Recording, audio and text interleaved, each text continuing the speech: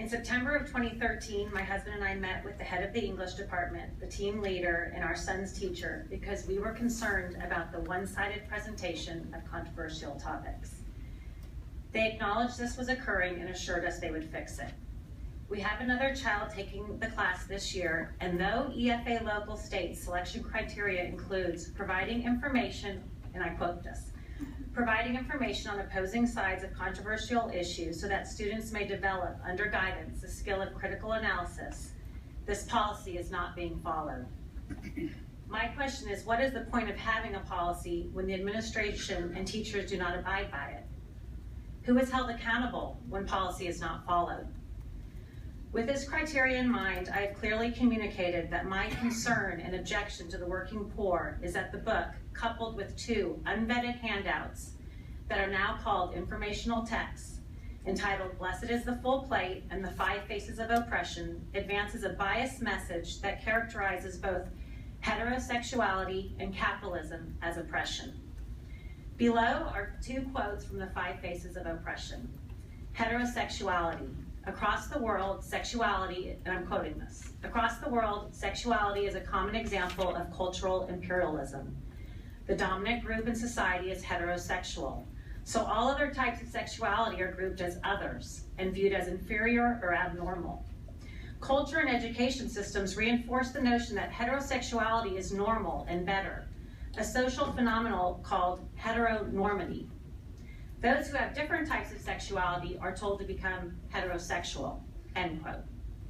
And another quote that is in this handout that our children were given. Capitalism is characterized as follows, quote, exploitation uses capitalism to oppress. The economic theory of capitalism states that people are free to exchange goods freely. Yet whenever this has happened through history, it has created different classes of people, wealthy and poor.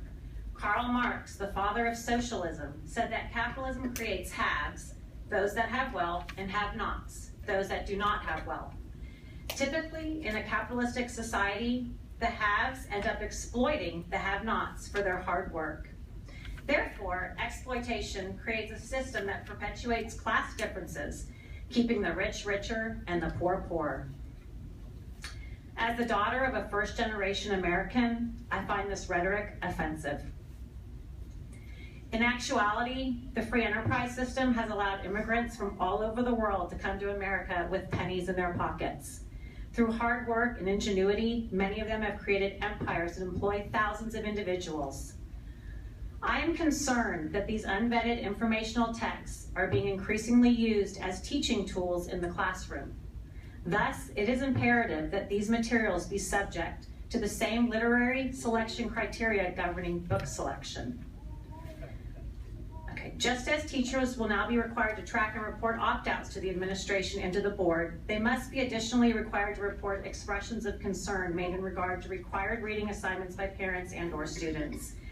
Many parents have expressed concern to teachers about the anti-American, social justice, English 3 syllabus, but the policy does not have a mechanism for recording those concerns to ensure that they reach the administration and the board.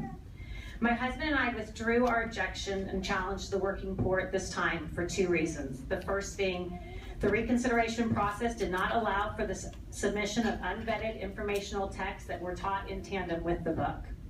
And the second reason, the selection process to produce a fair and balanced reconsideration committee is flawed. In summary, the current reconsideration process falls short in the following ways. The composition of the Reconsideration Committee does not reflect a balanced representation of professional educators and parents. More emphasis needs to be placed on the appropriate reading level of the challenged book. This emphasis is not present in current policy. More stringent analysis must be required in regard to the literary quality, the age appropriateness, and the course relevance of the challenged book. This level of analysis is not in place at this time. I implore you to take your time and re-examine your new policy. Thank you.